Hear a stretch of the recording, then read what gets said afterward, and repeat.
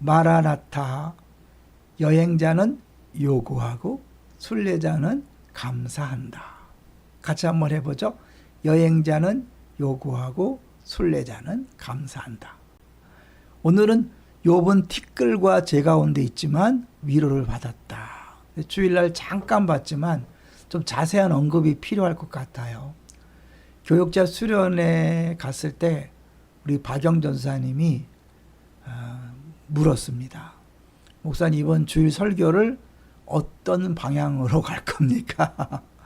왜냐하면 제가 수요일날 설교하는 내용을 들으면서 혹시라도 이 방향이 달라질 것 같아서 이제 그게 염려가 됐던 것 같아요. 그래서 처음에는 제가 그냥 원래 욥기에 대한 해석이 다양하니까 그렇게 멘트하고 해라. 달라도 괜찮다라고 했는데 제가 또 다르게 해야 될 이유를 물어봤더니 그 고려 신대원 우리 전사님은 고려대학교인 줄 알고 있더라고요. 그리고 고려대 교수가 욥기를 했다. 그래서 이제 물어봤더니 나중에 영상을 받아보니까 고려신학대학원이 고신칙이죠. 근데 그 강의를 듣고 보니까 너무 맞고 제가 기다리던 거였어요.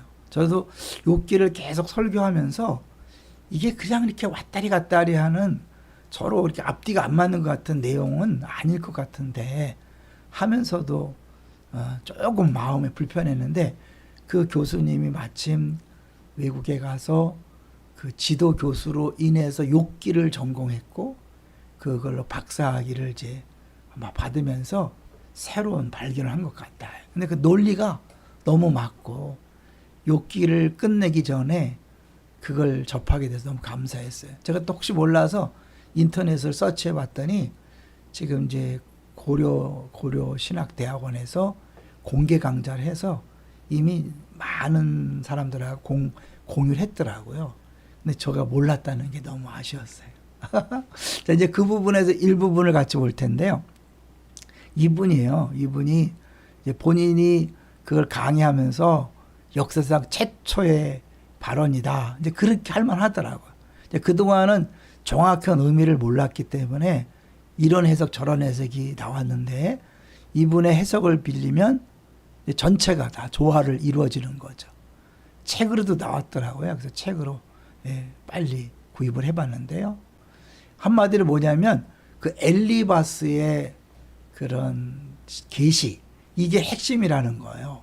정말 그렇더라고요. 그 엘리바스와 두 친구가 왜 그렇게 난리를 치면서 욥을 힘들게 했는가. 그들은 그게 하나님으로부터 왔던 계시라고 믿었던 거죠. 무섭잖아요. 하나님에게 받았다. 이게 무섭잖아요. 사실 욥은요. 시간이 지나면서 많이 이렇게 변화되는 모습을 봤잖아요. 처음에는 생일을 저주하고 탄식 신뢰하다가 이제 중보자를 찾고 답답하니까 그 다음에 주변의 고난과 악의 문제를 직시하면서 눈이 열린 거죠. 왜냐하면 자기도 인과응보에 대한 신학으로 꽉 찼었는데 자기가 고난당하면서 해석이 안 되니까 자연스럽게 주변의 고난과 악의 문제를 직시하다가 엘리바스가 계속해서 하나님의 영으로 자기 한다는 것들을 의심한 거죠. 그러면서 영에 관한 이야기를 하는 걸 볼 수 있어요. 그리고 이제 마지막에 하나님께 만나 주실 것을 간구했는데 진짜 하나님이 만나 주신 거죠. 근데 중요한 거는 이제 많은 분들이 욥기는 사단이 틀렸음을 보여주는 것이고 사단을 심판한 것이다 라고 하는데 심판의 내용이 안 나오잖아요. 그런데 이번의 논리를 따지면 이 사단은 1, 2장에만 나타났다 사라진 게 아니라 광명한 천사로 엘리바스에게 나타나서 계시를 주었고 그 계시에 근거하여 엘리바스와 두 친구 더 나아가서 엘리후도 동일한 그런 확신을 가지고 욥을 힘들게 했는데 결국 위로하려고 찾아왔다가 그들은 욥을 위로한 것이 아니라 욥에게 고통을 준 거죠. 근데 그 부분을 우리가 이제 정확한 번역이 필요했는데 번역이 잘못됐다는 거죠. 그래서 42장 6절에 리암이 회개하다라고 우리는 번역이 되어 있지만 이게 원래는 그 원어적으로 위로란 뜻도 있는데 이분이 이걸 각적으로 얘기하는 게 뭐냐면 요 악센트가 요 알과 함께 같이 붙어야 회개가 되는데 요 악센트를 가지고 이게 전혀 다른 의미로 해석이 되도록 했다는 거죠. 그리고 탈군 및 페시타도 위로로 번역했다. 우리 주일날 잠깐 봤지만 이 묘기는 위로라는 단어로 시작해서 거의 위로로 끝난다고 해도 과언이 아니잖아요. 그래서 여기 보면 이제 이 욥이 변화가 나타나는데 비포와 애프터죠. 근데 요게 티끌과 제 가운데 회개하나이다 그랬는데 요 티끌과 제라는 용어가 딱 2번 나온다는 거죠. 그래서 30장 19절에 나를 티끌과 제 같게 하셨다 라고 나오고 하나님을 만난 다음에는 비록 티끌과 제 가운데 있지만 이제 내가 위로를 받았습니다. 왜냐하면 엘리바스의 그런 것이 틀렸고 그 중간에 보면 뭐 그 리오 야단 얘기 나오고 베헤멘 얘기나 베어문 얘기 하는데 우리 그거를 뭐 이상한 짐승으로 보는데 묵시 문학적인 차원에서 결국 리오 야단이 사단을 이야기하는 것이고 하나님이 사단을 심판하겠다라고 말씀했기 때문에 여기서 이제 하나님 만나고 욥이 위로를 받았다는 것이 중요한 내용입니다. 그래서 여기 보니까 원래 우리 성경에는 회개하나이다라고 번역했잖아요. 근데 이제 그 교수님이 번역하기를 이렇게 했다는 거죠. 그러므로 내가 했던 모든 말 생각을 포기합니다. 비록 티끌과 제 가운데 있지만 이제 위로를 받았습니다. 이제 그러고 나니까 전체가 하나의 그런 주제로 연결이 되는 걸 볼 수 있잖아요. 이제 우리가 고난당할 때 욥기를 보는 이유는 욥기를 통해 위로를 받고자 하는 건데 지금 식대로 계속 진행하다 보면 위로가 잘 안 되잖아요. 힘들잖아요. 근데 이게 엘리바스에게 나타났던 광명한 천사의 계시가 나머지 2친구, 3친구 모두에게 영향을 줬고 엘리에게도 영향을 줘서 계속 욥을 힘들게 했던 사단의 전략이었던 거죠. 그러니까 상황과 조건을 엉망진창을 만들어서 눈에 보이는 상황들도 힘들게 해서 욥을 낙심시키겠다면 이제 광명한 천사가 나타나서 주변의 말을 통해서 심지어 어떻게 보면 설교를 통해서 힘들게 하는 것이 마귀의 전략이었던 거죠. 이걸 우리가 이제 딱 구조적으로 보면 이제 답이 나오는 거죠. 참 너무 대단한 것 같아요. 그래서 이제 욥의 세 친구들의 주장을 보면 끊임없이 계속해서 뭐야? 엘리바스의 비전을 근거로 보응신학, 의인은 복받고 악인은 벌받는다. 그렇기 때문에 네가 고난당하는 걸 벌받은 것이고 뭔가 죄가 있을 것이다. 그리고 실제로 그 엘리바스가 받은 그 계시 4장을 가보면 이제 그런 얘기 나오잖아요. 욥은 나는 죄가 없다. 이 까닭 없는 고난이다.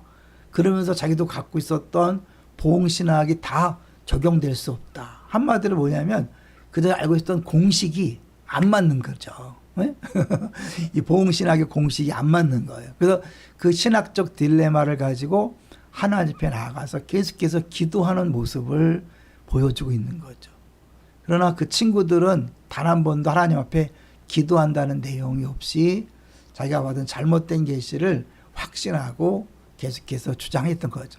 저는 이거는 이제 많지만 제가 자료를 놔둔 건데요. 결국 이 엘리의 본론 발언들이 계속해서 보면 그 모든 것들을 이렇게 설명할 수 있는데 이 빌닷의 마지막 발언도 굉장히 짧게 끝나서 참 이상하다 그랬는데 그것도 결국은 이 엘리바스의 계시를 그냥 그대로 말하고 나서 그냥 끝낸 거죠. 특별히 여기 보니까 이제 욥이 누구의 숨결에서 나왔냐? 니네 계속 얘기하는 거 들어보니까 좀 잘못된 것 같다. 누구에게서 나왔냐? 얘들은 이제 하나님에게 나왔다고 얘기하는 거죠. 근데 욥은 아니다. 니네 보니까 하나님이 나온 게 아니다라고 그렇게 반론을 제기하는 것을 볼 수 있죠. 자, 이제 결론적으로 구조를 한번 볼 텐데요. 엘리후의 발언이 왜 필요했냐면 앞부분, 요게 핵심인데 세 번의 대화가 나오잖아요. 뒤에 세 번의 발언이 나오기 때문에 엘리의 발언도 필요한 거죠. 그리고 이제 하나님께서 나타나셔 말씀하시기 직전에 동일한 그런 내용들을 말하게 함으로써 이제 이 하나님 말씀의 클라이맥스를 강조하는 기법이라는 거죠.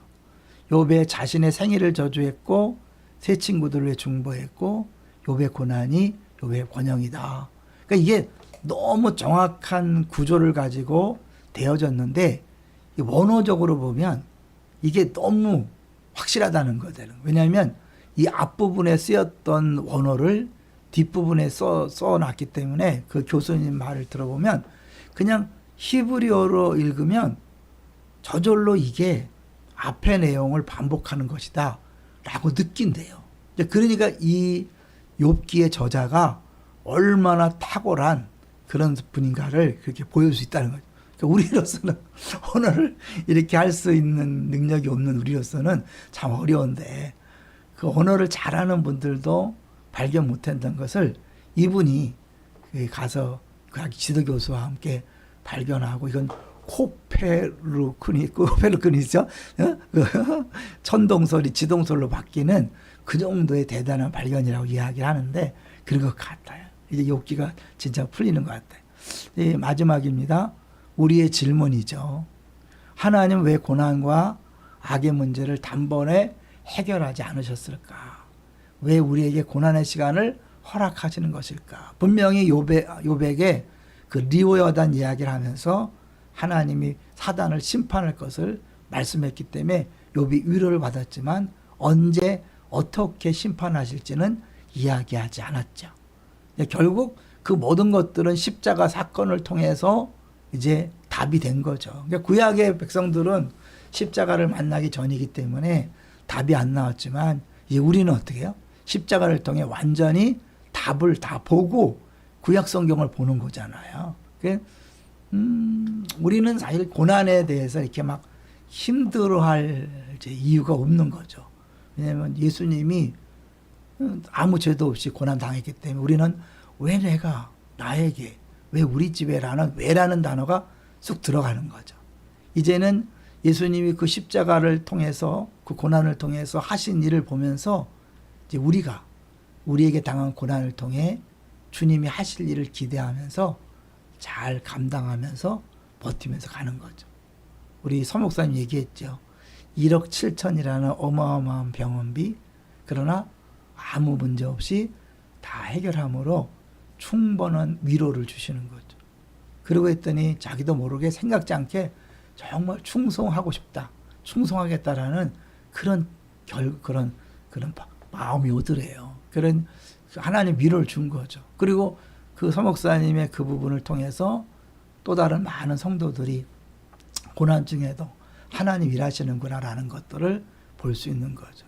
고린도후서 이번에 우리 교역자 수련회 때까지 나눴는데 바울과 그에게 극심한 환난을 당할 때 하나님 막아주지 않았어요.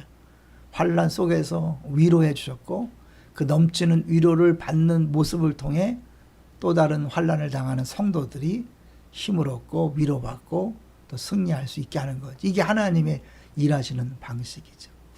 오늘날 우리에게도 고난을 주신 하나님은 풍성한 위로로 함께 하시는 줄로 믿습니다. 할렐루야.